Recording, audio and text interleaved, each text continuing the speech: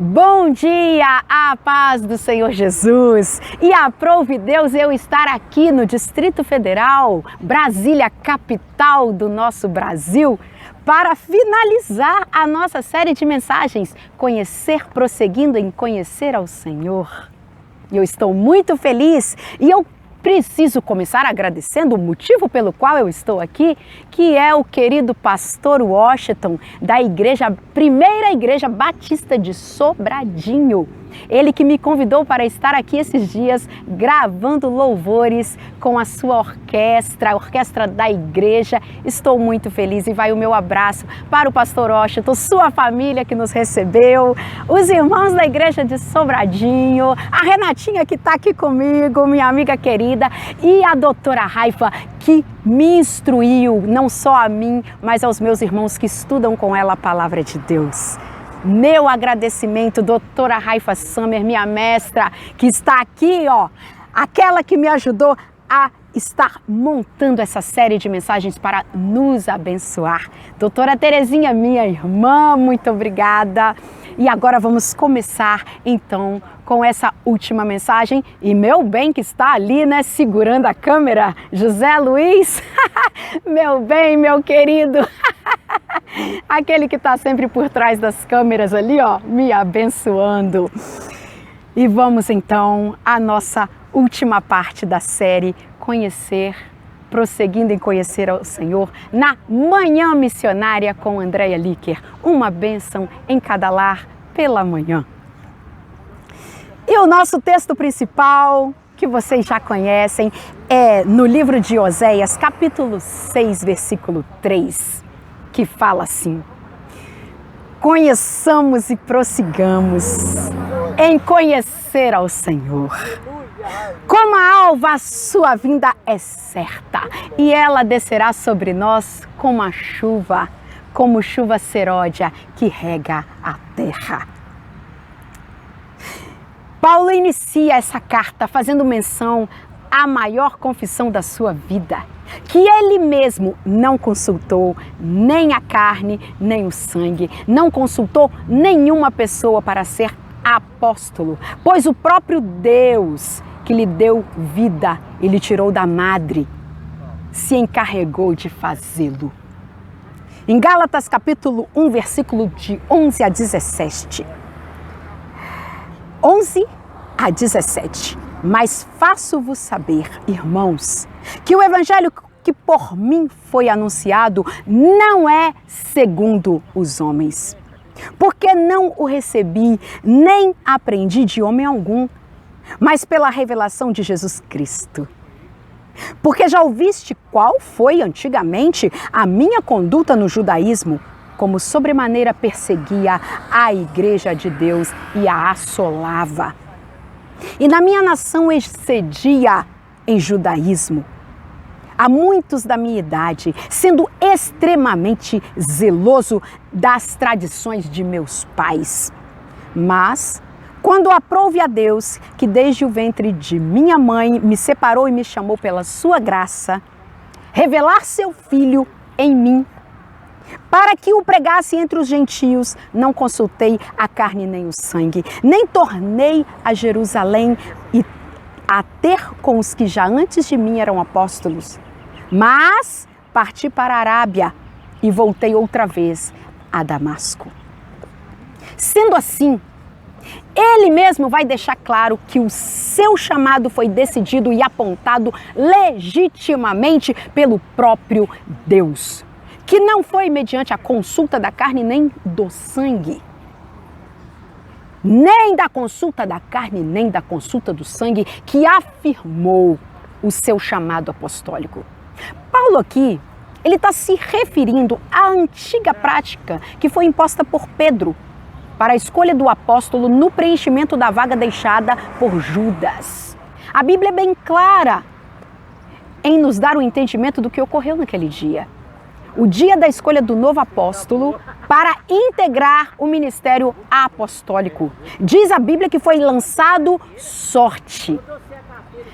Eu quero aqui deixar bem claro que havia um costume judaico dado e recomendado pelo próprio Deus de Israel quanto à consulta das pedras da revelação, o Urim e o Tumim. Aquelas duas pedras que foram colocadas no peitoral do sumo sacerdote e decifrava as respostas de Deus. Moisés, na descida do Monte Sinai, aproximando-se do arraial dos filhos de Israel, vendo toda aquela prática errante, como que carnais fossem, irou-se grandemente contra eles, arrojando as tábuas da mão. Arrojando as tábuas das mãos, quebrou-as na terra ao pé do monte. Aquelas tábuas, as primeiras tábuas, eram obra de Deus. E a escrita que estava gravada nelas era a escritura de Deus. Em Êxodos capítulo 32, versos 15, 16 e 19, diz assim: E virou-se Moisés e desceu do monte com as duas tábuas do testemunho na mão. Tábuas escritas de ambos os lados, de um e de outro lado estavam escritas. E aquelas tábuas eram obra de Deus. Também a escritura era a mesma escritura de Deus esculpidas nas tábuas. E aconteceu que, chegando Moisés ao arraial e vendo o bezerro e as danças, acendeu-lhe o furor, e arremessou as tábuas das suas mãos e quebrou-as ao pé do monte. Aquelas tábuas não eram tábuas comuns, porque foram esculpidas por Deus e escritas pelas próprias mãos de Deus. E dos fragmentos daquelas pedras se preparou as pedras da revelação, pois elas refletiam a pujança da glória de Deus, da glória do Deus eterno. Mais tarde, quando se estabeleceu o tabernáculo com seus véus e cortinas, reposteiros e colunas e todos os seus utensílios, o Senhor implantou a liturgia do culto, a confecção das vestes, os preparativos das ofertas, a preparação do azeite e dos incensos aromáticos, as celebrações das festas. Deus investiu o sumo sacerdote de autoridade. E era ele o seu representante para apresentar as respostas de Deus, demonstrando a sua vontade ao povo. Assim agia, não pela mente humana, nem pelo desejo carnal, para impor de si mesmo alguma ordem ou lei, pois o homem não pode ser árbitro do homem. Não havia intervenção humana. Quem estava guiando o povo era o próprio Deus.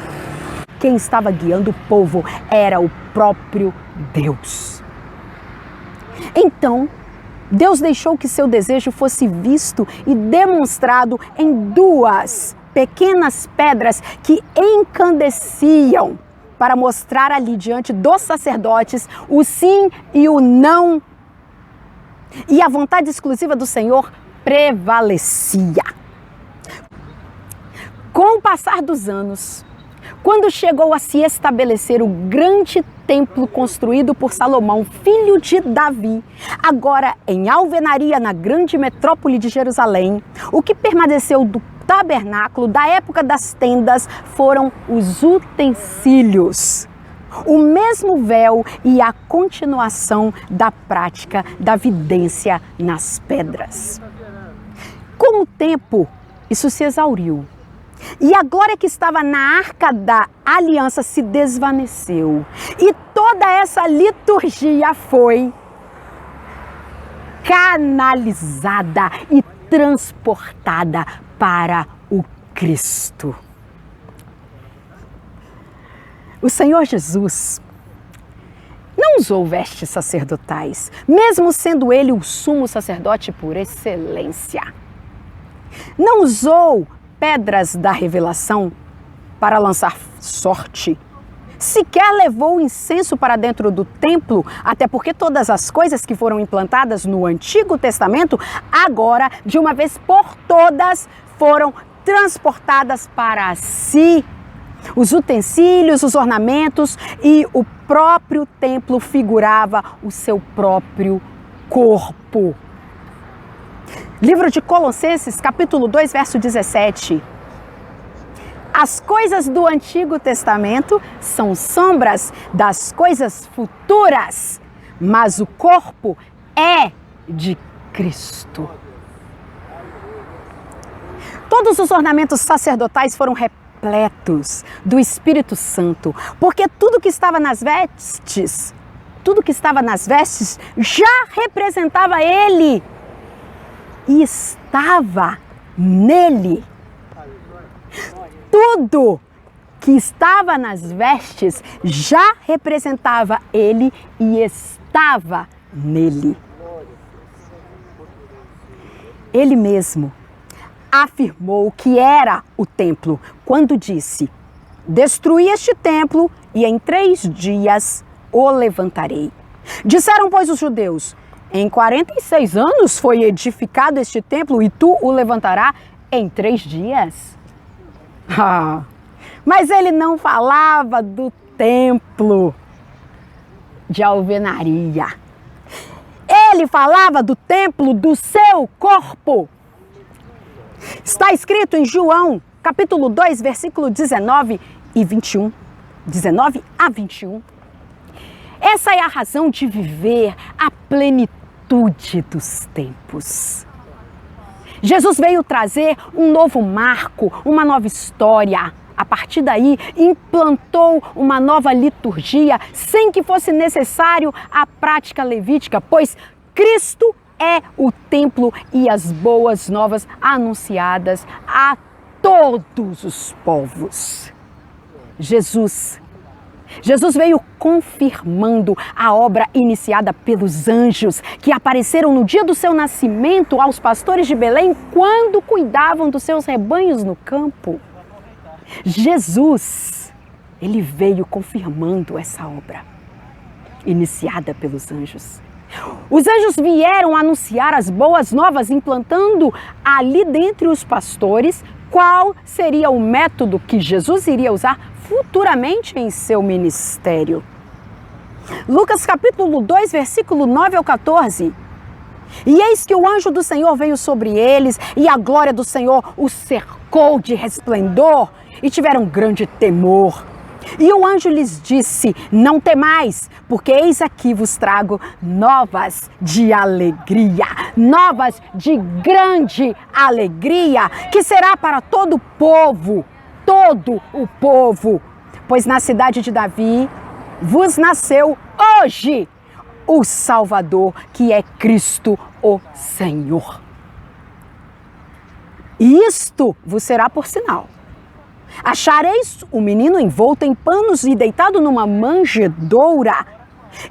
E, no mesmo instante, apareceu com um anjo uma multidão dos exércitos celestiais, louvando a Deus e dizendo: glória a Deus nas alturas, paz na terra, boa vontade para com os homens.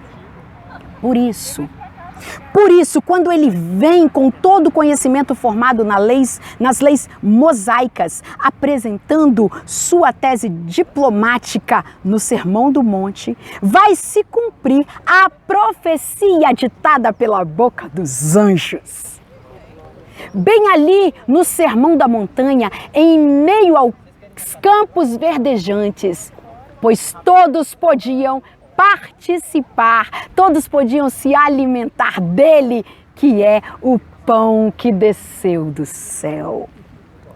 Agora, a presença de Deus não seria apenas e exclusivamente mérito dos sacerdotes no templo. As novas de grande alegria eram para todos. Não precisavam estar presos no ofício sacerdotal, nem trajados com vestes confeccionadas de campainhas de ouro e romãs. Não precisavam mais usar a mitra, nem os demais ornamentos, porque as boas novas de salvação foram anunciadas a todos os homens. Na verdade, o evangelho proclamado pelos anjos é mais simples e é para todos. O apóstolo Paulo está afirmando que no ministério messiânico do Cristo não seria necessário passar pela escolha do homem. Não seria necessário. Pelo lançar da sorte nas pedras, e nada mais seria aproveitado, porque o evangelho das boas novas trazia consigo a boa e perfeita vontade de Cristo no seu chamado. Ele afirma isso porque Matias, cognomado justo, foi eleito pela escolha da mente humana. Por isso, no ministério de Paulo, ele deixa bem claro que qualquer vontade e escolha de Deus seriam apontadas e manifesto não pelas pedras ou pela sorte, mas pelo Espírito de Deus vivente, como o aprovou e o guiou no seu ministério.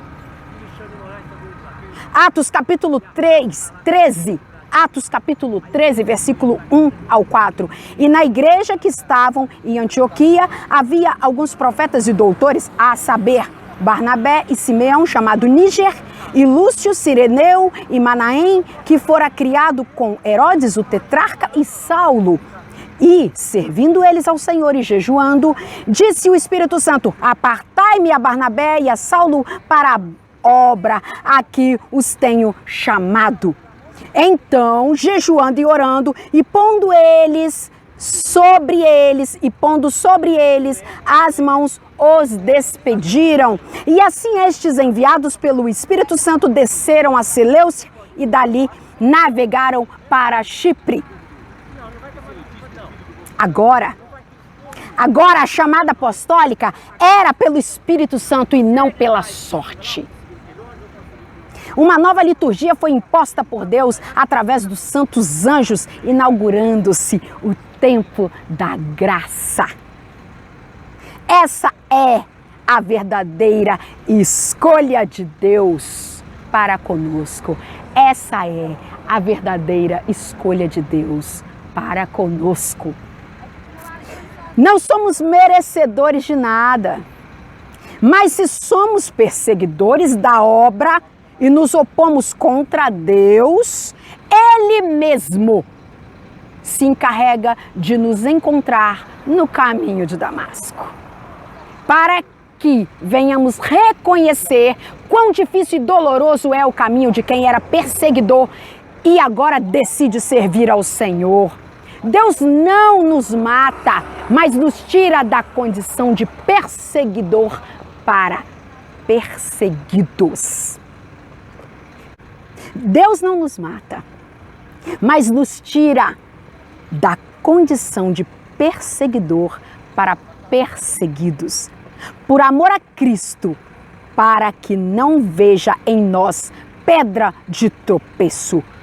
Por isso, é melhor vir para os seus braços por amor e não pela dor. Podemos ser abastados, bem empregados, ou exercermos outras funções, seja no lar, na casa, no campo, na enxada, não importa. Aprove a Deus ver em nós alguma função para o serviço da sua boa obra e pela sua misericórdia nos chama e nos inclui no seu caminho, confiando a nós os seus bens, seus dons e talentos. De uma maneira ou de outra, é Ele quem decide, é Ele quem escolhe. Afinal, Ele é Deus. E a palavra nos diz que Ele não se aconselha com ninguém. Ele faz o que lhe apraz. Ele escolheu as coisas loucas deste mundo para confundir as sábias. Ele escolheu as coisas fracas deste mundo para confundir as fortes. Ele escolheu as coisas vis deste mundo e as desprezíveis e as que não são para aniquilar as que são. Livro de 1 Coríntios, capítulo 1, versículo 27 e 28.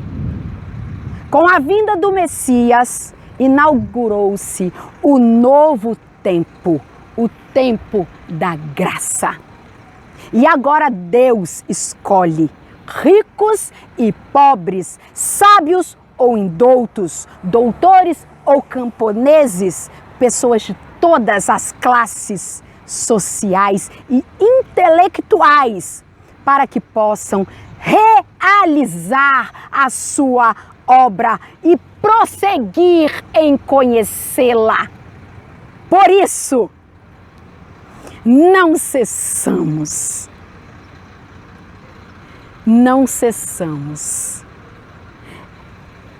de conhecer e prosseguir em conhecer ao Senhor. Deus seja louvado. E agora eu encerro abençoando esse país, aqui no centro do nosso país, aqui onde estão os poderes executivo, legislativo, judiciário. Nós abençoamos em nome de Jesus as autoridades do nosso país, o nosso presidente Jair Bolsonaro, os nossos senadores, ministros, deputados, governadores, prefeitos e vereadores. De todos os poderes, as nossas autoridades, nós pedimos a Deus que dê a eles temor do Senhor. Porque o temor do Senhor é o princípio da sabedoria. E que eles sejam guiados para poderem abençoar o nosso país. Que Deus abençoe todas as classes sociais do nosso país, do grande ao pequeno, de todos os bairros, de todas as cidades, da área rural às grandes metrópoles, que todos estejam recebendo de Deus o temor e que estejam recebendo de Deus o desejo de conhecer a sua palavra e prosseguir em conhecer, para que o nosso país, ele prospere e seja ainda mais abençoado. Que Deus abençoe o nosso país, a nossa nação, a todos, do maior ao menor, de todas as classes sociais. E a mim, em nome de Jesus. Amém.